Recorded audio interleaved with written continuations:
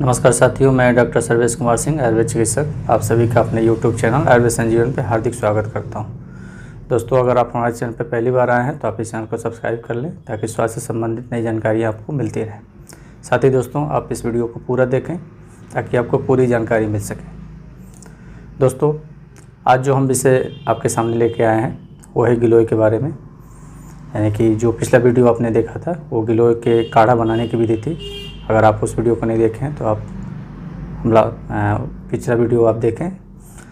दोस्तों, आज हम बात करने वाले हैं आपके सामने गिलोय के फ़ायदे, यानी कि विविध रोगों में, यानी कि किस प्रकार गिलोय अलग अलग रोगों में किस प्रकार से वर्क करता है, उसके किस प्रकार से फ़ायदे हैं हमारे शरीर में, और ख़ास तौर से किस प्रकार के रोग में, यानी कोई ऐसी व्याधि भी है जहाँ पे गिलोय का सेवन हमको नहीं करना चाहिए। इसके बारे में हम आज चर्चा करेंगे।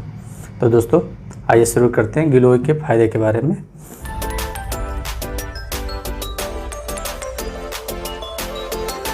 दोस्तों, गिलोय जो है स्वाद में तिक्त और कसाय रस में होता है, फिर उष्ण होता है इसका, और विपाक मधुर होता है। यानी कि इसका जब पाक होता है, पाचन हो जाता है, तो ये मधुर रस में परिवर्तित हो जाता है। यानी कि जिह्वा पे गले तक ये तिक्त रस होता है, गले में कसाय होता है, और जैसे ही आमाशय में इसका पाचन होता है तो ये मधुर रस में परिवर्तित हो जाता है। इसलिए इसके जो कर्म है ये त्रिदोष सामक है। यानी कि हमारे शरीर में जो त्रिदोष होते हैं, 3 दोष होते हैं, वात, पित्त और कफ, इन तीनों दोषों की साम्यावस्था, यानी कि इन तीनों दोषों को मेंटेन करता है। इसलिए ये रसायन का वर्क करता है हमारे शरीर में, हमारी बल वृद्धि की वृद्धि करता है, इम्यूनिटी को मेंटेन करता है। दोस्तों, गिलोय, जब हम गिलोय का सेवन करते हैं तो उसकी प्रारंभिक अवस्था आमाशय से ही स्टार्ट करते हैं। यानी कि उदर रोगों में विभिन्न प्रकार के जो भी जितने भी उदर विकार हैं वहाँ पे आप गिलोय का सेवन कर सकते हैं, उसमें फ़ायदा करता है। उदर स्थूल हो रहा है, यदि पेट में दर्द है, भूख नहीं लग रही हो, ऐसी स्थिति में भी आप गिलोय का सेवन कर सकते हैं, उससे फ़ायदा होता है। ख़ासतौर से लिवर डिसऑर्डर, यानी कि अगर आपको जॉन्डिस है, जिसको आयुर्वेद की भाषा में कामला कहते हैं, भूख नहीं लगती हो, अजीर्ण हो, अरुचि हो। साथ ही दोस्तों, अगर आप ग्रहणी यानी IBS से ग्रसित हैं, वर्म्स है, यानी कि आपके पेट में कीड़े पड़े हुए हैं, कीड़ी की दिक्कत है, ऐसी स्थिति में भी गिलोय के सेवन से फ़ायदा होता है या बेहतर रिजल्ट आता है। अगर वमन हो रही हो, वोमिटिंग की टेंडेंसी होती है, तृष्णा जहाँ पे प्यास नहीं जाती है, ऐसी स्थिति में आप गिलोय का सेवन करने से आपकी प्यास बुझती है। आप एसिडिटी में भी इसका प्रयोग कर सकते हैं। अगर आपको एसिडिटी हो रही है तो वहाँ पे भी इससे फ़ायदा होता है। और प्रवाहिका और अतिसार, यानी कि यहाँ पे जहाँ पैखाना आप 3 से 4 बार जा रहा है, ऐंठन मरोड़ होके हो रहा है और दस्त हो रहा है, डायरिया की कंडीशन में भी इसका सेवन किया जाता है। चूँकि ये ग्राही होता है, यानी कि स्तंभन का काम करता है, यानी कि मल को रोकता है, बांधने का भी काम करता है। तो ऐसी स्थिति में जहाँ पे डायरिया हो, डिसेंट्री वाली टेंडेंसी हो, तो ऐसी स्थिति में आप गिलोय का सेवन कर सकते हैं, उससे बेहतर रिजल्ट मिलते हैं। फिर दोस्तों, गिलोय का जो दूसरा फ़ायदा है, पित्त शामक होने के साथ साथ, चूँकि पित्त शामक यानी कि शरीर में हमारे जितने भी उष्णता है, दाह होती है, शरीर में जलन होता है, पसीना ज़्यादा निकलता है, स्मेलिंग ज़्यादा होती है, ऐसी स्थिति में गिलोय का सेवन बहुत ही फ़ायदेमंद होता है। त्वचागत भी हमारी, यानी कि त्वचा संबंधित जितनी भी व्याधियाँ, खाज, खुजली, फोड़ा, फुंसी, ल्यूकोडर्मा, सफ़ेद दाग जिसको कहते हैं, विटिलिगो, सोराइसिस, किसी भी कंडीशन में, स्किन डिसऑर्डर में आप इसका सेवन कर सकते हैं, इससे बेहतर रिजल्ट मिलते हैं। मुहासे, कील, झाइयाँ, अगर त्वचा संबंधित विकार हैं, चेहरे से दिक्कत है, बाल झड़ रहे हैं, पक रहे हैं, ऐसी कंडीशन में भी आप गिलोय का सेवन कर सकते हैं, बहुत ही फ़ायदेमंद होता है। और फिर रक्तज व्याधि, यानी कि रक्तजन्य व्याधियाँ, जिसमें कि आपका स्वाभाविक है कि अगर आप हीमोग्लोबिन लेस है, नीचे है, तो हीमोग्लोबिन की वृद्धि भी करता है। रक्त शोधक, यानी कि ब्लड प्यूरीफायर का भी वर्क करता है। इसलिए दोस्तों, आप देखेंगे जितने भी वायरल डिसऑर्डर है, जहाँ पे आपका प्लेटलेट्स वगैरह घटता है, हीमोग्लोबिन भी घट जाती है, ऐसी स्थिति में गिलोय का स्वरस, उसका काढ़ा या उसके चूर्ण या उसके टेबलेट का सेवन कराया जाता है। इसीलिए, क्योंकि ये रक्तवर्धक होता है। इसलिए दोस्तों, गिलोय के सेवन से रक्तजन्य व्याधियाँ दूर होती हैं। उसका सेवन आप निरंतर कर सकते हैं, या उसकी जो मात्रा शास्त्र में कही गई है उसके बारे में भी बताएंगे, उसके अनुसार आप इसका सेवन कर सकते हैं। फिर दोस्तों, बात आती है कि अर्थराइटिस वगैरह, अर्थराइटिस कंडीशन में गिलोय उतना महत्वपूर्ण नहीं है, लेकिन चूँकि इम्यूनिटी आपका मेंटेन करता है तो आप इम्यूनोमॉड्यूलेटर के तौर पे आप इसका सेवन कर सकते हैं। फिर उसमें अर्थराइटिस की एक दूसरी कंडीशन होती है, रूमेटॉइड अर्थराइटिस। इस कंडीशन में अगर आम वात है आपको, जहाँ पे आपकी स्वेलिंग, जकड़ाहट, पेन ज़्यादा रहता है, ऐसी स्थिति में आप गिलोय का सेवन निरंतर कर सकते हैं, लगातार कर सकते हैं, क्योंकि वो ऑटो इम्यून डिसऑर्डर होता है और ये इम्यूनोमॉड्यूलेटर होता है। तो ये आपकी रोग प्रतिरोधक क्षमता बढ़ा करके उस पर वर्क करता है। इसलिए आप आम वात कंडीशन में, रूमेटॉइड आर्थराइटिस में इसका सेवन कर सकते हैं, जो सबसे बेहतर है, यूज़फुल भी है। और दूसरा है गाउट यानी कि जिसको आप यूरिक एसिड वगैरह बढ़ जाता है, ऐसी स्थिति में अगर यूरिक एसिड की मात्रा शरीर में बढ़ती है तो गाउट की कंडीशन आती है, गठिया जिसको बोलते हैं। आयुर्वेद की भाषा में इसको वात रक्त कहते हैं। वात रक्त यानी कि वात और पित्त प्रधान दोष होता है, इसलिए गिलोय का सेवन उसमें सबसे यूजफुल होता है। तो आप वहाँ पे गिलोय का सेवन कर सकते हैं।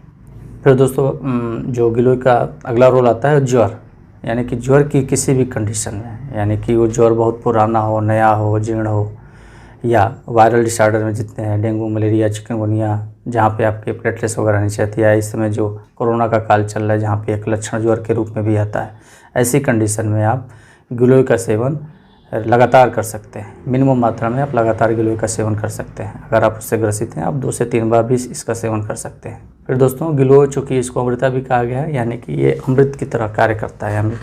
तो अमृत की तरह तभी काम करेगा जब हम इसको मिनिमम मात्रा में लेंगे, बहुत मैक्सिमम मात्रा में एक बार में इसका अधिक सेवन नहीं करेंगे।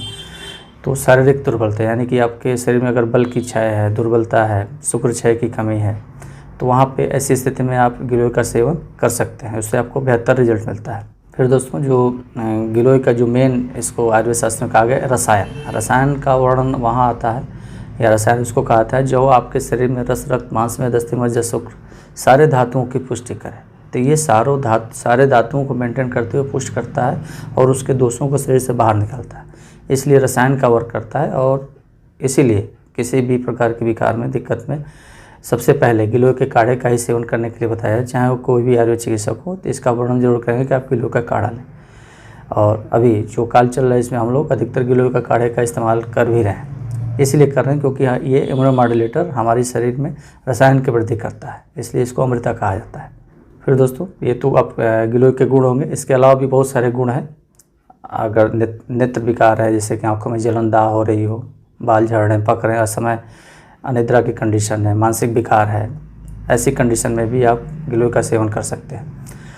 सबसे महत्वपूर्ण है दोस्तों, गिलोय का कुछ बहुत दुष्प्रभाव नहीं आता है, लेकिन कुछ ग्राही होने के कारण ये मल को बांधता है। मल को बांधने के कारण जहाँ पे कॉन्स्टिपेशन, यानी कि आपका मल पहले से अगर टाइट हो रहा है तो वहाँ पे मल आपका और बंध जाएगा, हार्ड हो जाएगा, स्टूल हार्ड हो जाएगा, जिससे कि कॉन्स्टिपेशन की दिक्कत होगी। ऐसी स्थिति में एनोरेक्टल डिसऑर्डर के मरीज, यानी कि जो बवासीर रोग अंदर से ग्रसित हैं, ऐसे मरीज जिनका मल टाइट होता है, उनका सेवन, वो मरीज गिलोय का सेवन रेगुलर ना करें, गैप करके करें।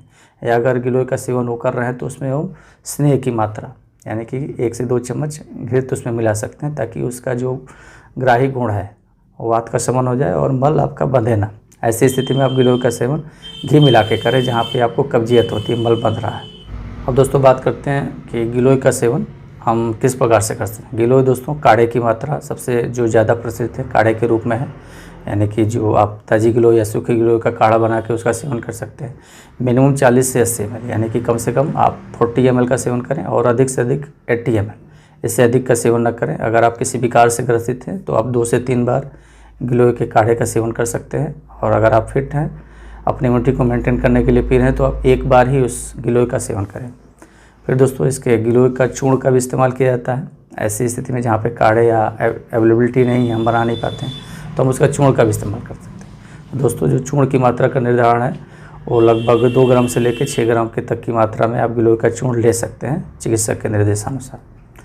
कुछ कंडीशनों में, जैसे शुरुआती ज्वर है या ऐसी कंडीशन में जहाँ पे काढ़ा नहीं पी पा रहे हैं, तो आप उसका स्वरस निकाल के, यानी कि गिलोय की जो ताज़ा तना होता है, फ्रेश स्टेम होता है, उसका स्वरस निकाल के आप उसका कम से कम 10 ml से लेकर 25 ml तक आप उसके स्वरस का इस्तेमाल कर सकते हैं। यानी कि गिलोय का स्वरस 10 से 25 ml की मात्रा के बीच में ही होना चाहिए, इससे ज़्यादा नहीं होना चाहिए। फिर दोस्तों एक उसी का गिलोय का एक सत्व बनाया जाता है, जो बहुत महीन अंश होता है, महीन पाउडर होता है, बनाने की विधि बहुत टफ होती है उसकी, तो उसको गिलोय सत्व कहते हैं। तो उसकी जो मात्रा का निर्धारण है वो 500 mg, यानी कि वो 4 रत्ती से लेके 8 रत्ती तक आप ले सकते हैं। रत्ती का अर्थ यानी कि 500 मिलीग्राम से 1 ग्राम तक एक बार में उसका डोज लिया जा सकता है गिलोय सत्व का। तो दोस्तों ये मात्रा का निर्धारण हो गया। अब दोस्तों हम उसके अनुपान कहेंगे, यानी कि अगर आप काढ़े या इस प्रकार की चीज़ें ले रहे हैं, अगर काढ़े का ही सेवन कर रहे हैं, तो अनुपान विधि यानी त्रिदोष सामक जो अनुपान होते हैं वात पित्त कफ के अनुसार, उसका सेवन आप कैसे करेंगे इसके बारे में मैं जानकारी देना चाहता हूँ। अगर वात की वृद्धि यानी कि शरीर में आपके कॉन्स्टिपेशन वगैरह रह रहा है, पैखाने बंद रहा है, या गले में खराश, या शरीर में रुक्षता जैसे कि रूखा शरीर लग रहा है, ऐसी स्थिति में आप काढ़े में 1 से 2 चम्मच 5 से 10 ml घृत मिला के उसका सेवन कर सकते हैं। फिर दोस्तों, अगर पित्त की कंडीशन आती है, शरीर में दाह है, ज्वर की कंडीशन आती है, ऐसी स्थिति में आप गुड़ मिला सकते हैं या शर्करा मिला सकते हैं। गुड़ या शर्करा, गुड़ का ही एक दूसरा स्वरूप होता है, शर्करा थोड़ा सा लघु होता है, तो आप उसका गिलोय के काढ़े में उसको मिला के उसका सेवन कर सकते हैं। फिर दोस्तों अब बात आती है कफ दोष यानी कफस विकार में, जहाँ पे कफ दोष शरीर में जलमावुत की अधिकता होती है, कफस विकार है, कफ दोष बढ़ा हुआ है, श्वास वाली कंडीशन है, ऐसी स्थिति में आप शहद मिला के उसका सेवन करें। यानी कि जब काढ़ा तैयार हो जाए आपका, हल्का गुनगुना हो, तो 1 से 2 चम्मच यानी कि 5 से 10 ग्राम की मात्रा में शहद मिला के उसको मिश्रित करके तब उसका सेवन करके, शहद मिला करके उस काढ़े को गर्म नहीं करना है। इसका ध्यान रखना है कि शहद तब मिलाना है जब आप पीने की तैयारी है, पीने जा रहे हो, तब उसमें शहद मिला के उसका सेवन करें। तो दोस्तों, गिलोय के गुण, विविध जो गुण हैं, जो विभिन्न विकारों में किस प्रकार से वर्क करते हैं, इसके बारे में आप जान गए हैं और इसकी मात्रा के बारे में निर्धारण हुआ है। अगर आपके मन में किसी प्रकार की कोई क्वेरी है, कोई किसी प्रकार का क्वेश्चन है, तो आप कमेंट सेक्शन में अपने कमेंट के माध्यम से वो सवाल पूछ सकते हैं। इसी के साथ दोस्तों, आज का जो विषय है यहीं समाप्त होता है। जय हिंद, जय भारत।